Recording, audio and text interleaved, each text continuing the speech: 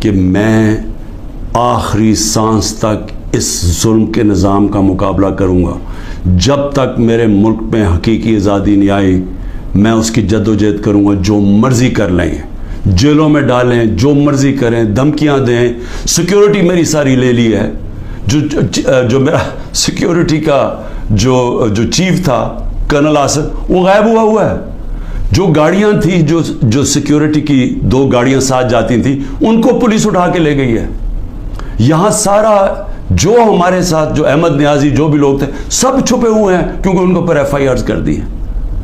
اور پھر یہ سمجھتے ہیں کہ شاید اس کی وجہ سے میں ان کے پاس جاؤں اور کہوں کہ جی مجھے معاف کر دو کہ میں نے آزادی کی بات کی تھی, مجھے معاف کر دو.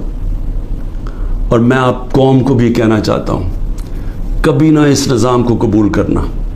جس دن آپ نے اس کے سامنے اپنا سر جھکا دیا آپ کا کوئی مستقبل نہیں رہے گا پاکستان میں. تو یہ جو قتل کا کیس انہوں نے کیا ہے اس کا مقصد ہی ایک ہے کہ کسی نہ کسی طرح عمران خان کو پکڑ لو. اور میں اب کل اسلام آباد جا رہا ہوں, میں تو پورا تیار ہوں, میں تو تیار ہوں کہ پھر سے مجھے یہ پکڑیں گے. لیکن میں کچھ اور آج کہنا چاہتا ہوں.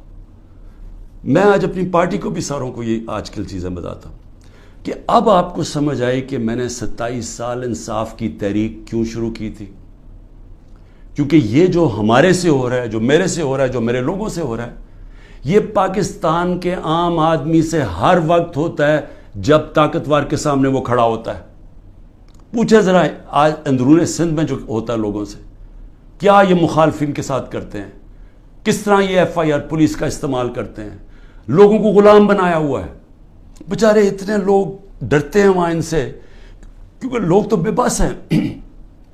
میرے پاس تو میں خوش قسمت ہوں کہ انصاف لائر فورم میری پوری مدد کرتا ہے.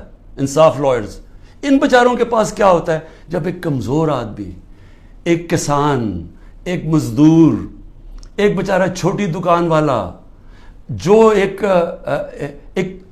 لو گریڈ کے تنخواہ دار لوگ, یعنی میں بات کر رہا ہوں جو کمزور لوگ جن کے پاس پیسے بھی نہیں ہیں, وسائل بھی نہیں ہیں, وہ ان کو جب طاقتور کے سامنے وہ کھڑے ہوتے ہیں تو سوچو ان کا کیا حال ہوتا ہے.